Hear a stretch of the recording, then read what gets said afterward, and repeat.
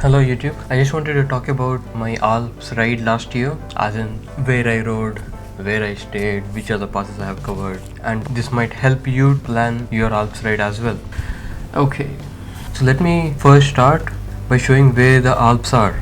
Alright, so Google Earth view is better. So it starts here in the middle of Austria, it goes all the way through the northern Italy, Switzerland, and then on the border of Italy and France it continues all the way and it ends in Nice, so right on the coast. I haven't been to any of this region yet, Italian-French border, so I've mostly ridden on the Switzerland, northern Italy and just a part of Austria. So coming back to my ride last year, so I live in Belgium, my friend had come to Munich, so on the first day I rode entirely on the highway all the way till Munich. So why did we choose Munich? Because there are lots of rentals here in Germany and it's at a nice hub. You see, almost any region of the Alps is easily accessible. Austria, Switzerland, even Italy. It's like equidistant for all of them. It's also actually convenient to make a circle from Munich. It's like you ride like this through the entire Alps section and then go back. There are also lots of rentals in Switzerland. I don't know in terms of prices how well they are priced in comparison to Munich. So that's something you need to look for yourselves. So for my friend, we rented the KTM Super Duke GT 1290. That was from the KTM MUENCHEN Nord. And day 2, our plan was to go to Grossglockner. So Grossglockner is here in Austria. That is a mountain peak and this is the road. So it's actually called Grossglockner Hochalpenstrasse. But usually Grossglockner also refers to this road. So we wanted to ride there. So obviously we didn't want to miss the best road in Austria. The plan was to go from Munich and go through all these little places here. These were all curvy roads and very scenic road. But as you know, we had to delay our ride by a day because of the missing luggage by the airlines and stuff like that. So when we rode, we actually skipped all these little roads and we just took the entire highway. So from Munich to this ZELL. ZELL is also a nice place, so you could spend some time there and just have a look at the lake, and it's a pretty touristy location too. Because we had to go directly to our location on day 3, which is in Italian Alps. So we squeezed in 2 days worth of riding into single day. And also one thing to keep in mind, as you can see here, it says only the riding time is like 3 or 15 minutes and 200 kilometers distance. So you might think that, yeah, I'll do it in like, I'll do it just like that. It won't take any time. But that's the thing. We always underestimate the amount of time taken. Trust me, when you're riding in Alps and when this region is so scenic, you tend to stop a lot to admire the views and, take photos, videos. And also, it's slow. The average speed will be slow in all these curves. It won't be as like a highway. And also you wouldn't ride non-stop on such scenic locations for 3 hours. There is absolutely no way. That's something to keep in mind. While riding in Alps, you end up taking a lot of time. So be prepared for that. Be prepared to reach your destination late and always have some buffer time. Alright, so like I mentioned before, since we couldn't do just this part of the ride, we had to combine it with the next one, which is this, from Grossglockner to the Italian Alps in Arabba. So this Grossglockner, when we rode, was rainy and foggy, but still it was really nice. Actually the fog was a nice addition to the landscape. But yeah, if it's sunny and if you have blue skies along with these snow-capped mountains, it looks really nice. So okay, while I'm talking, I will just put some videos from the Grossglockner so you will see for yourself how good the place is. Just remember, this is a toll road and it was 25 per motorcycle. The thing is, the toll starts somewhere in the beginning where all these curves start. Once you cross the toll point, the end is somewhere really far away. So you can actually keep riding in between for the entire day. But once you exit the toll booth, either the same direction you came in or on the other side, then if you want to go back, I think you need to pay again. I'm not exactly sure about this. It might also be valid for the entire day. That has to be checked. Alright. So yeah, since it has the toll, the road is exceptionally maintained. There was like, it's perfect surface the entire stretch. And then we came down to the Italian border, and then through the town of Cortina, which is also really beautiful. And yes, by the time we reached here, it was already dark, and all these mountain passes we had to ride in the dark. And finally we reached Arabba. And Arabba is a really nice place in Italian Alps. Why? Let me just show you. Just look at the map. Is there a way to remove this ski lift? These are all ski lifts, by the way, the markings. Wait, let me just put some routes so that it's easier to look at. Okay, so I've just put some routes, and just look at it. Look at these roads. Look at it. It's like a biker's paradise. Just look at it. And this is just a small sample, by the way. I've missed this one here. And if you go further south, there are still some more. There are still some here. There is still one more here. So basically you can make Arabba as a base, and you can ride around it for like almost 2 days. So we stayed here for 2 days. So one day it was entirely riding around this place, and the next day we left for a different place. So there is also a lake here, Lake Misurina, and that's also a pretty famous one, and it looks really nice. And Cortina is also a really good looking town surrounded by alpine mountains, and I guess that's also big on shopping for these fancy brands, but I don't think that's what you want to do when you come here, right? So this region of the Italian Alps around Arabba is called Dolomites. So the next day we rode from Arabba to Livigno. Why Livigno? Because that's a duty-free town, so everything is cheaper over there. For example, fuel is a lot cheaper. They also have a limit, so there's like a checkpost when you enter the town and when you exit. But usually for motorcycles they don't stop, because they know we can't carry more than the allowed limit. So unless you have really loaded your motorcycle, I don't think they'll ever stop you. From Arabba it was just through some mountain passes. You go through some of the Italian roads. I think we also took this highway, if I remember correctly. And the interesting road here was this Passo Gavia. That's a really narrow road. I'm putting the videos as we speak, so you can see it for yourself. So you're not supposed to go fast, it's just to enjoy the views. So it's a really narrow mountain pass, but I highly recommend that. You need to go there once, it's very scenic. Okay, the next day the plan was to ride in Stelvio, which is like the most famous road in Italy, just like how Grossglockner is in Austria. So from Livigno, Stelvio is not far off. And right now I think the Stelvio is closed, so Google Maps is not allowing me to put a route through Stelvio, which is kind of ridiculous. It's trying to be too smart. So from Livigno you cross a couple of small mountain passes and you come to Stelvio.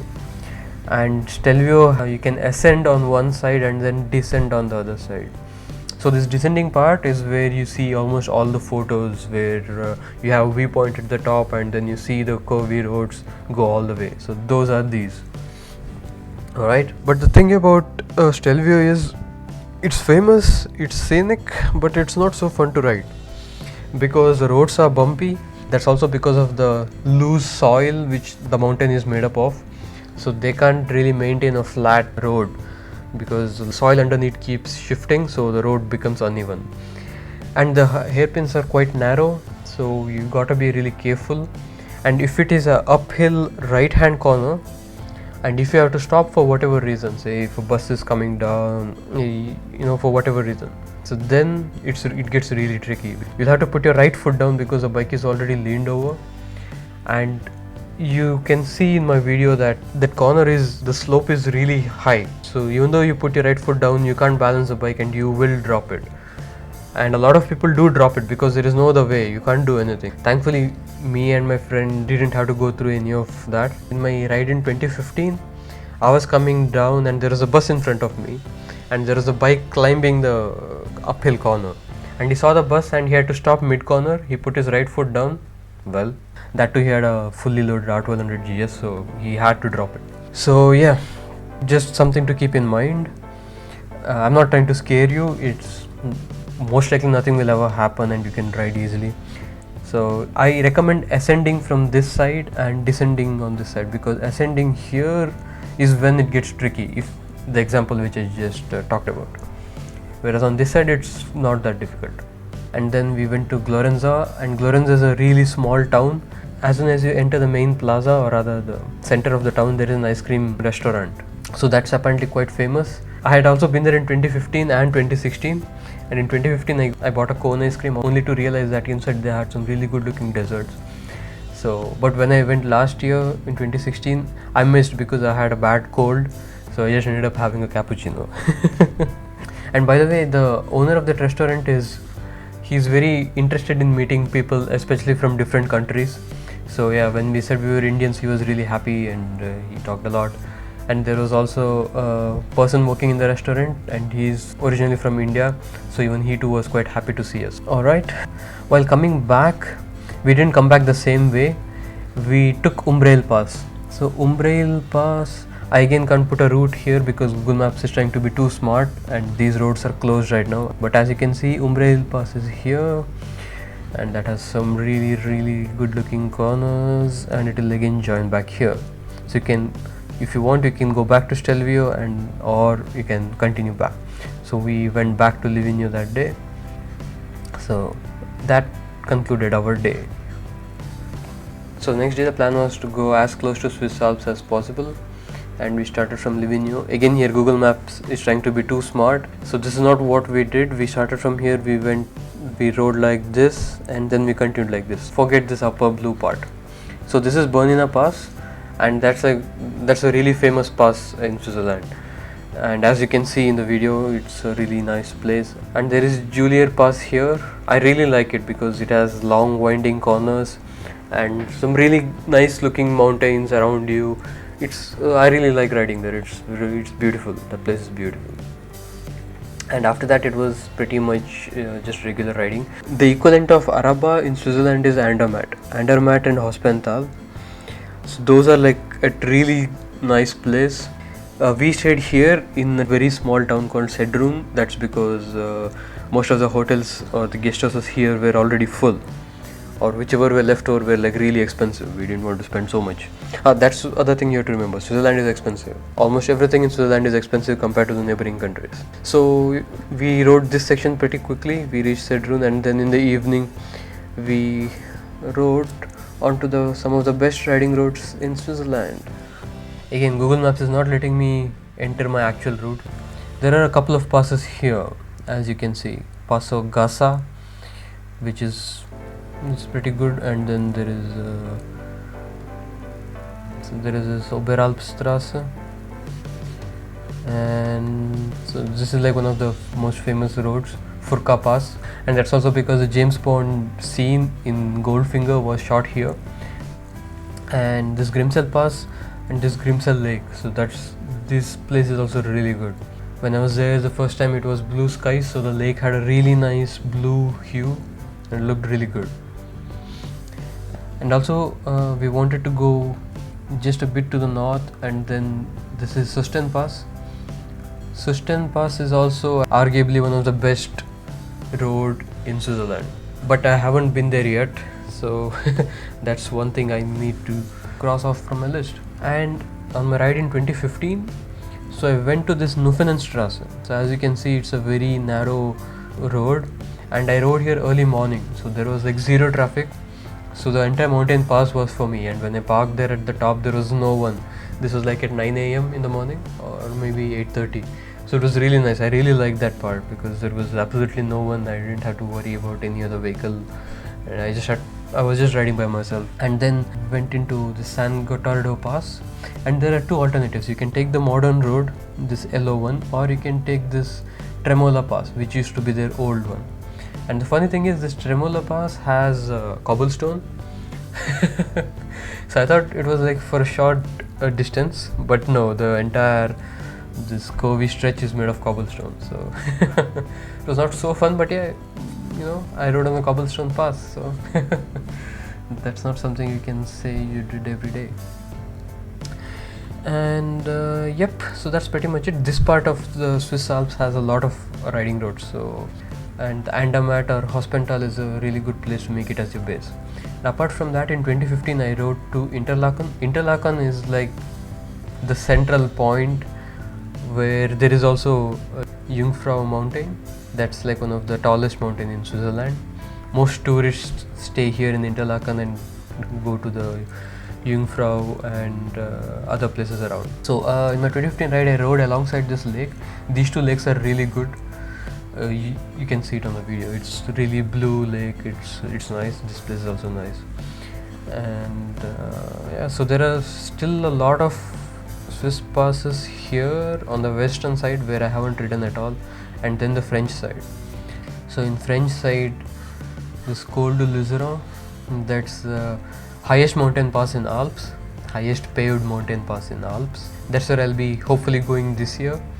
So there is still a lot left in Alps which I haven't covered. So this just gives you a brief idea of what we did. It was like a big circle, so covering the Austrian, Italian, some parts of the Swiss Alps. So yeah, if you still have time, there is still a lot more to be covered in the Italian side, and in Austria there are still a lot. I haven't ridden anywhere near Innsbruck. Innsbruck is also a really scenic and touristy place, and even Slovenia has really good riding roads. Even though they're not exactly on the Alps, but they're pretty scenic and they're really nice roads over there. I haven't been there yet. And apart from that, you could also ride to Black Forest. So this whole region in Germany, it's called Schwarzwald, or rather Black Forest. And as you can see, it just has this biker-friendly zigzaggy roads. So that's again perfect. But I would recommend riding there first and then entering Alps if you want to squeeze that in, because once you ride on Alps, that seems pretty usual. Alright, so this was our brief trip plan, what we did last year.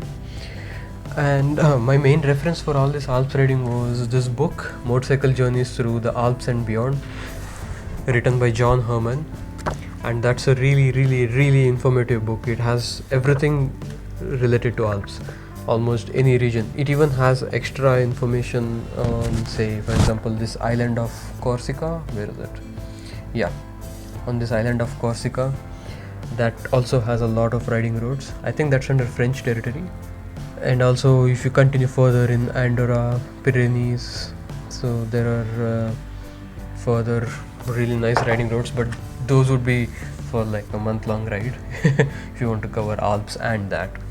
And usually in all these places, right, where we stayed, for example near Grossglockner, Arabba, you see a ton of guest houses, but on the peak tourist season they may be full. So just to avoid surprises, I booked in advance in booking.com. Yeah, it's up to you. Some people, they don't want to book in advance because that kind of freezes your trip. You don't have the flexibility to change it as you want. So yeah, it's up to you. And there are lots of family run guest houses, and I don't think all of them are listed online on the websites, but they're pretty good. And you will also see in all these motorcycle friendly roads, you will see biker welcome or biker willkommen in German. So there will be a photo of a biker, or sometimes they even keep a toy bike outside just to say that it's a biker friendly hotel. And there are lots of camping sites as well. And in terms of facilities, all these places are well developed, so there's absolutely no problem with fuel or anything. Basically you'll find everything. Just that you need to remember the timings. Things close pretty quick by 6 to 8 p.m. Before that, almost all the stores will be closed, so if you want to buy something, you need to do it well in advance. And like I mentioned, this book, it's really useful, especially for people coming from US, because it talks a lot about the difference in culture and the surprises you'll expect. So yeah, thanks for watching. I hope you found it useful and you now have some basic idea on how to plan your Alps ride. So good luck. Codename ABK over and out.